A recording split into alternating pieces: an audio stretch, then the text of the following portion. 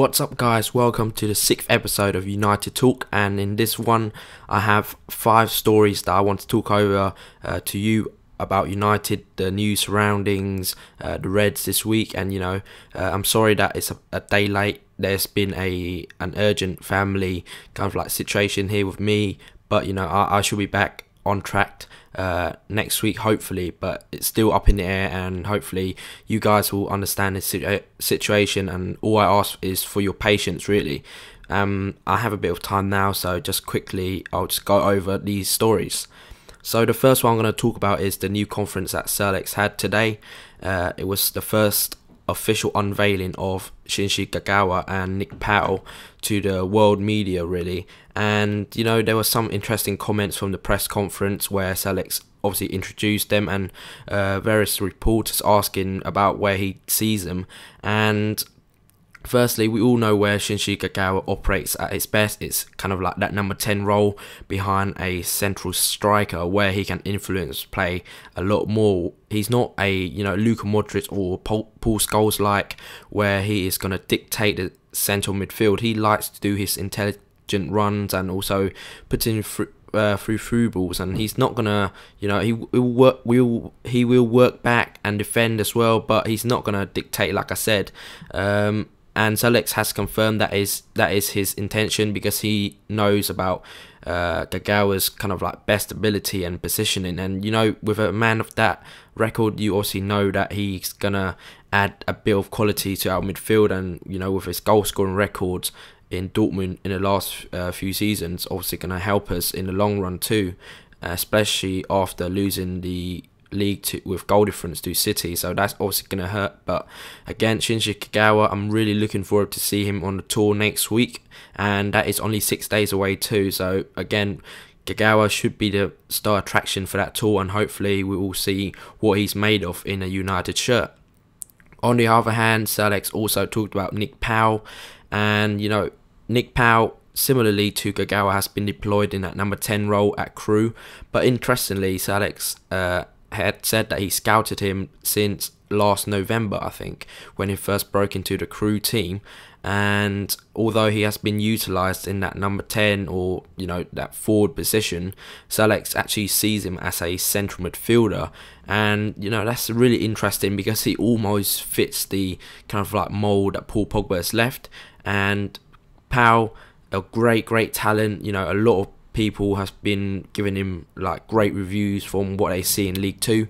So I think Nick Powell has a great future at the club, and it's going to be different for him. I don't expect him to make a immediate impact like Kagawa will, because Nick Powell, again, he's only 18, and he's also going to adapt his game to this higher level of football, and changing his position from that attacking forward role to a central midfielder who can dictate making his forward runs. That is going to have a lot of effect on his game. So we shouldn't expect too much from Nick Powell, but he could be one of these youngsters who gonna perhaps take the first year.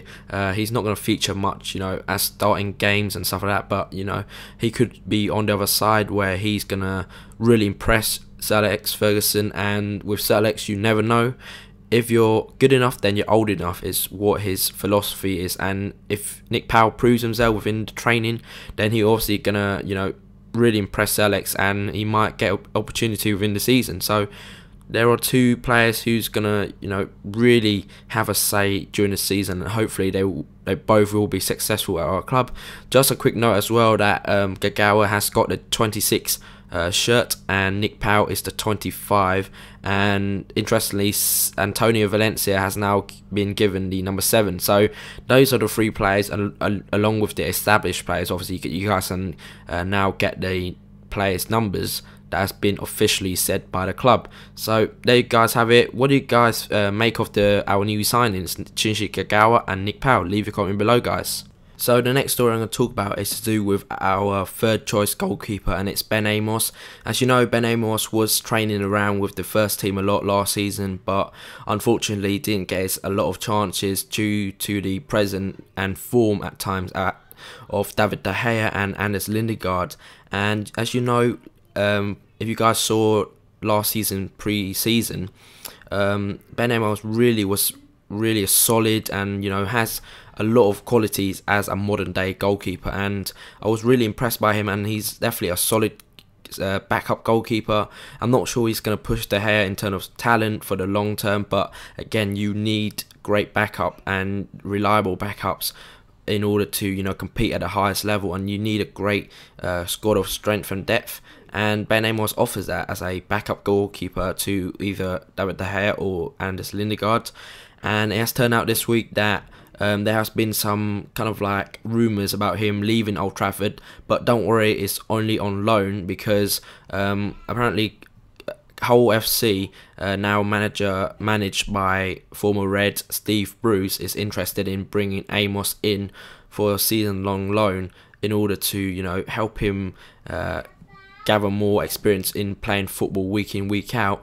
And I think this deal would be beneficial to both parties. Actually, like I said, United already have two great goalkeepers in De Gea and Lindegaard, and Ben Amos, he's not going to improve that much if he's going to, you know, play the occasional League Cup game, or getting his, again, very occasional outing within the Premier League. And if he does go to the Championship, it's quite a decent league, because I was watching the playoffs and the playoff final, and it's a very good league, I think, for any young player to develop themselves and to test themselves again, you know, competitive opponents every single week. And this would, like I said, be beneficial to both parties, because Ben Amos, no doubt, he want to challenge for those two spots in the goalkeeping department at the moment. And if he's not gonna, you know, have a sniff in, he might as well go on loan, improve himself. Then perhaps next season, then he can come back, prove himself again, and, you know, he probably will become a better goalkeeper for this experience. So I think this could be a possibility. I'm not sure what Sir Alex's current plans are, because like I said, Sir Alex wants at least 3 decent goalkeepers at the club, because kind of like the February time frame last season, there was a really big moment of crisis, because I think Lindegaard got injured, and then De Gea picked up an illness, so we had to resort to Ben Amos against Stoke amongst anybody, and he did really well that night. And that shows that the kind of like depth we needed to even compete at the, you know, top. And yeah, Ben Amos again is a really good prospect for the future, but, you know, he's not going to be challenging De Gea in the long term or anything like that. But again, he's a great backup, and I would definitely be interested for him to go on loan to Hull and see how he develops, and perhaps he will become a better goalkeeper for it. And I'm sure that if he does take this opportunity and grab it with both hands. And so, what do you guys think of Ben Amos? And leave a comment below, guys. The next story I'm going to talk about is quite a very, you know, tragic story, and it's to do with Darren Fletcher. As you know, Darren Fletcher is one of the most consistent performers for United in the last 5 years or so in his career. And, you know, he unfortunately has this bowel condition that is very, very serious and affects his health immensely. And, you know, last season we saw kind of like the beginning of this process where he kind of like recovered, or he wasn't again. So it was like this almost yo-yo effect, where he, one moment we thought he was over it, and the next he was dropped down again. So it's been a really tough, you know, 18 months for Darren Fletcher in terms of his health right now. And Sir Alex today saying the news that he faces a great challenge to even play and put on the United shirt again, and this will come as really a huge surprise.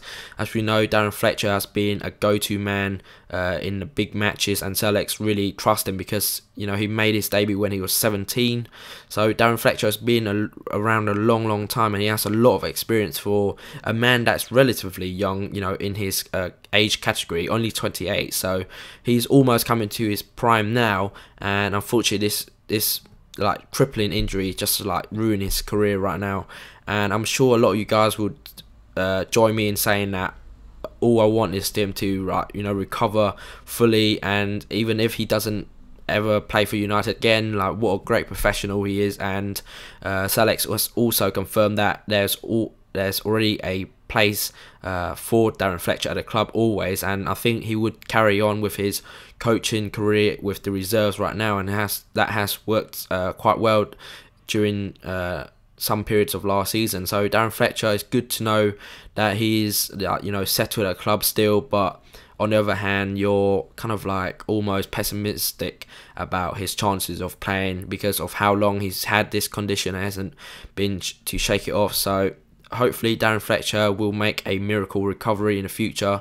But what I can say is get well soon, Darren, and we all miss you on the United pitch. So I'm sure you guys would join me, and if you guys want to leave any messages, please leave it in the comment below, guys. And the next one I have is to do with Anderson. As you guys know, Anderson and Tom Cleverley struck a really good partnership at the beginning of last season, and they were looking as though they were the real deal, and we weren't looking as though we were missing Paul Scholes or Michael Carrick or any other experienced midfield players with these two young guns in the centre of the park, dictating play really well and complementing each other as well.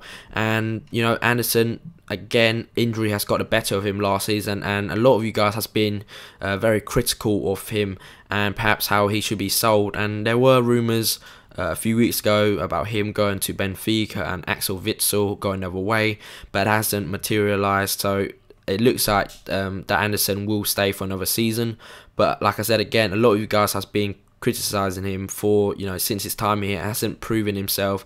And the strange thing is he still has time on his side, believe it or not. He's still only 24, so he has a lot of time on his side to recover. But again, a lot of you guys have been saying how long he's been at a club and he still hasn't proven himself. So that's been a huge disappointment in my eyes, that Anderson hasn't fulfilled his potential. And perhaps you could say that it's not his fault because of the horrific injuries he suffered. But again, Anderson, when he does come back from injury, doesn't look fit. He doesn't look like he's interested in the game. So that's one of the aspects I hope Anderson will improve on. And I think, and this week he's come out to say that he needs to prove himself this coming season at United, because I think he knows himself that it's kind of like he's in the last chance saloon, and he needs to now put his stamp down on the club and to prove to the fans that he is worthy of the United shirt.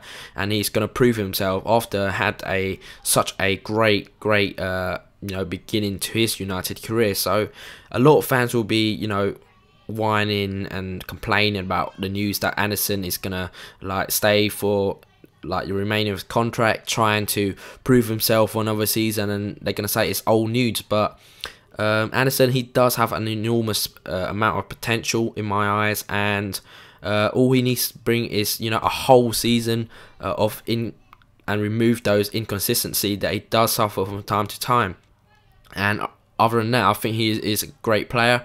So Anderson, I think like a lot of you guys saying that this is his last chance before Selleck's finally runs out of patience with him. So Anderson, he better prove himself next season, or I think he is definitely out of the door. So what do you guys think of this latest news about Anderson? And would you guys have sold him by now, or would you guys give him one last chance? Leave your comment below. And the last story I'm going to talk about is to do with Kiko Macheda. I spoke about Macheda a few weeks ago and how he not saying that he needs to develop himself, and what you guys think of his future. And he's come out this week saying that he wants to really, similarly to Anderson, put his stamp down on the club and making a name for himself once again after his super sub cameo a few years ago against Aston Villa. And Kiko Macheda, like I said in another video, he has enormous potential, great physique, and he could potentially be a great player for our club.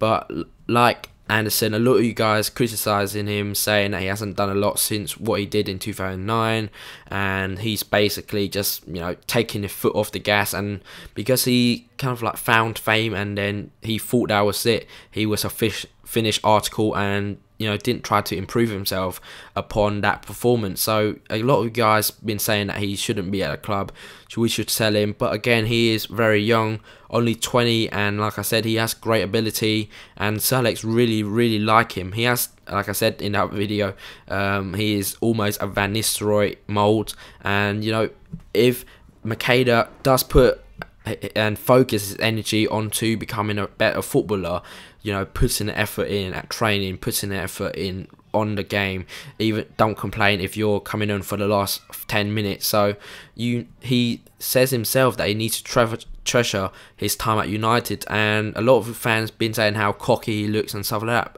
You need a bit of that in your character, I guess, to become a successful footballer. But Macheda, he needs to prove himself because he is only 20. He's not a superstar yet.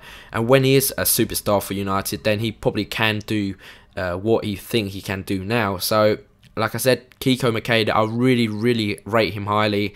I hope he gets his head into gear and really begin to develop himself into the great player that he potentially could be, and to prove all the doubters wrong, and to prove to every United fan that he is worthy, and you should get behind him and support him. And I think that's the message he's trying to send out to the United supporters. So what do you guys think of Macheda, and what will you guys do with him personally if you were in Sir Alex Ferguson's shoes? So that's you guys have it for another episode of United Talk. I'm sorry that it's a day late, and I said at the beginning of the video there was a family situation, and I couldn't be helped to provide support for the rest of the family. So excuse me for that reason, and you guys, I really have to thank you guys for your patience and of your supporting comments last night on Twitter about this situation. So